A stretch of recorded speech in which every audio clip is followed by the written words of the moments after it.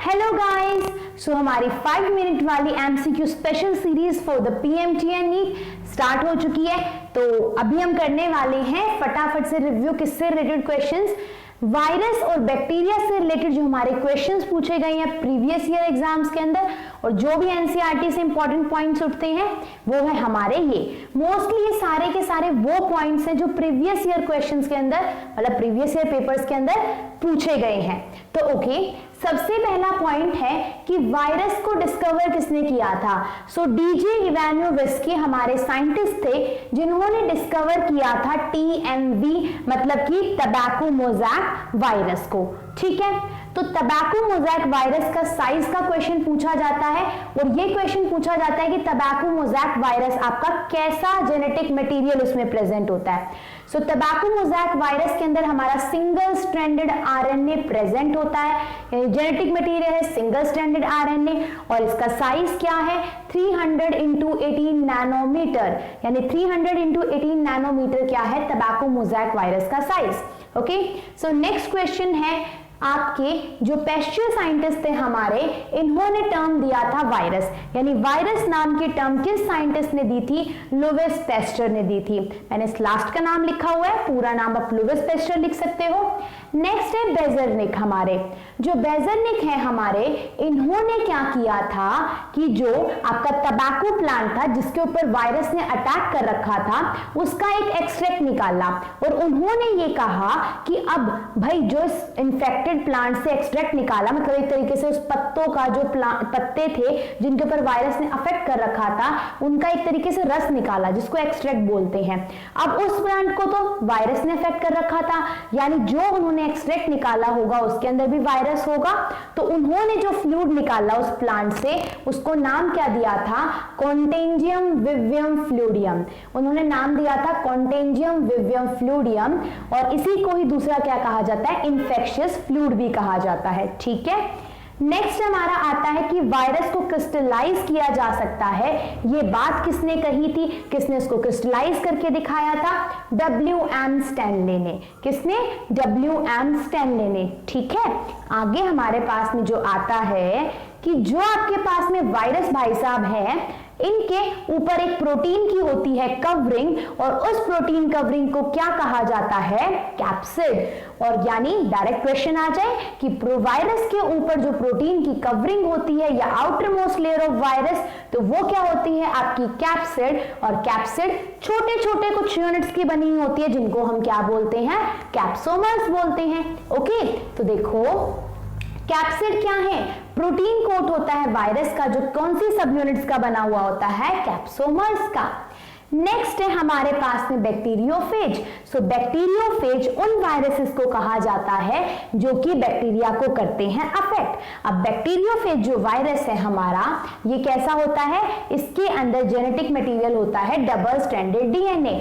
इसमें हमने वो मोस्टली सारे वायरसेस का एग्जांपल्स किया हुआ है जिनके अंदर जेनेटिक मटेरियल से क्वेश्चन आता है, और साथ में मैंने बैक्टीरिया का भी लिख दिया ताकि जो डबल स्टैंडर्ड सिंगल स्टैंडर्ड वाला चक्कर है ना ये खत्म हो जाए, मतलब सारे के सारे हमें एक ही वीडियोस के अंदर मिल जाए। ओके, सो बैक्टीरियोफेज होता है double standard DNA genetic material, और इसके ऊपर हमने क्या पढ़ा था, टबैको मोज़ैक वायरस के अंदर जेनेटिक मटेरियल होता है सिंगल स्टैंडर्ड आरएनए।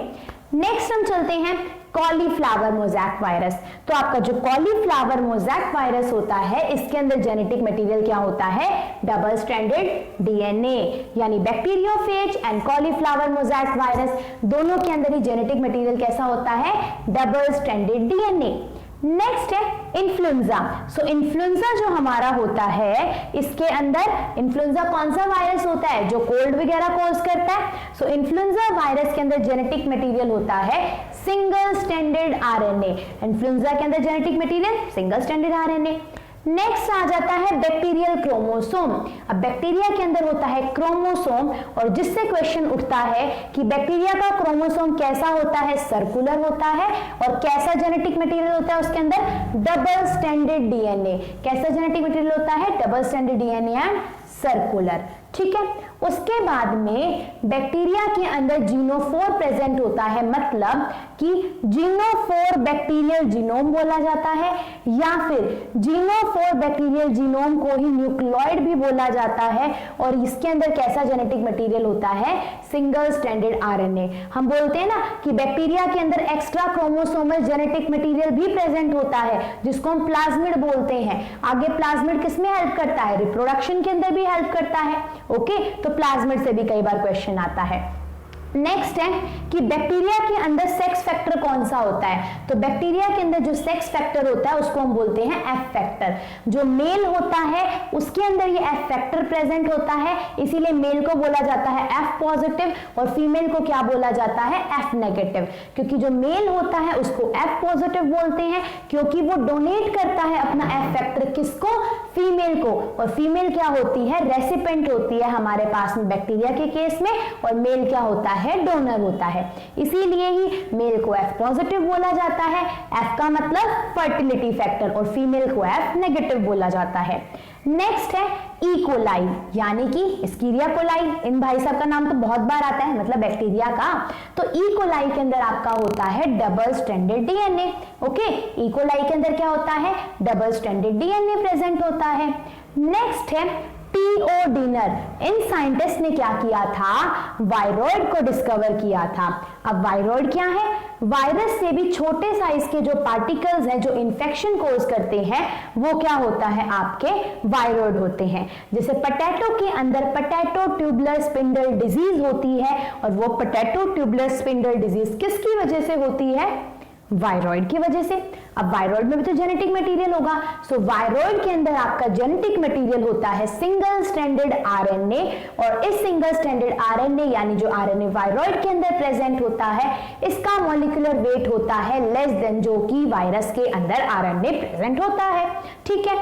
नेक्स्ट है वायरस के अंदर दो टाइप की साइकिल्स होती हैं, या इससे पहले वायरॉइड्स के साथ में ही एक क्वेश्चन और बनता है। एक प्रायोन्स करके नाम भी कई बार लिखा होता है। एक सेकेंड मैं जरा चौक ले लूं। क्या है हमारे पास में?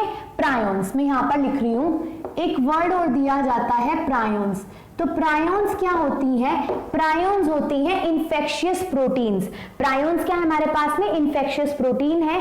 जैसे जो मैड काउ डिजीज होती है ना, वो इन प्रायोन्स की वजह से होती है। प्रायोन्स असल में क्या होती है? इन्फेक्शियस प्रोटीन होती हैं जो ज्यादातर क्या करती हैं? न्यूरल डिसऑर्डर को कॉज करती हैं, यानी कि न्यूरोलॉजिकल डिसीजेस कॉज करती हैं। ओके, साथ में ही इसी चैप्टर के अंदर एक लाइकेंस ऑल्सो दिया हुआ है। हमें क्या दिया हुआ है? एक लाइकेंस दिए हुए हैं। अब लाइकेंस क्या होती है?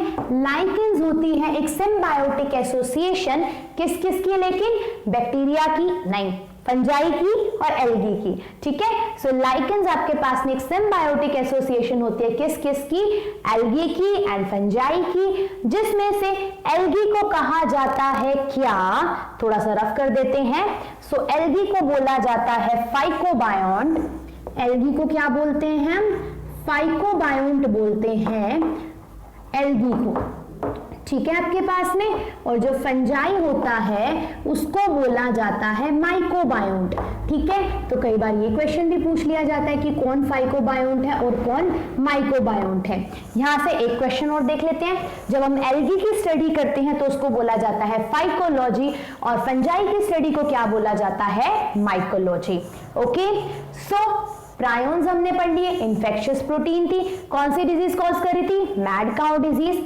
नेक्स्ट है कि वायरस के अंदर जब रिप्रोडक्शन होती है तो दो टाइप की साइकिल्स होती हैं, एक होती है लाइटिक साइकिल और एक होती है लाइसोजेनिक साइकिल। सो लाइटिक साइकिल हम जब बोलते हैं जब आपके पास में बैक्टीरियोफेज, एक वायरस है ना, जब बैक्टीरियोफेज किसी बैक्टीरिया को अफेक्ट करे और उसके अंदर अपने आप को मल्टीप्लाई करे तो उसको हम क्या बोलते हैं? Lytic cycle.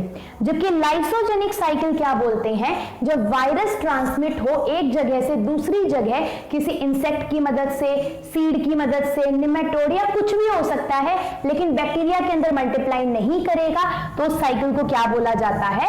Lysogenic cycle. तो ये आपके बायोलॉजिकल क्लासिफिकेशन चैप्टर के एमसीक्यूज जो पिछले साल पूछे गए हैं या उससे पिछले साल पूछे गए हैं वो हमने कंपाइल अप कर लिए हैं। So stay tuned with class इनेरा, क्योंकि डेली आपकी ऐसी वीडियोस आने वाली है जब तक कि आपका नीट का एग्जाम हो नहीं जाता। ओके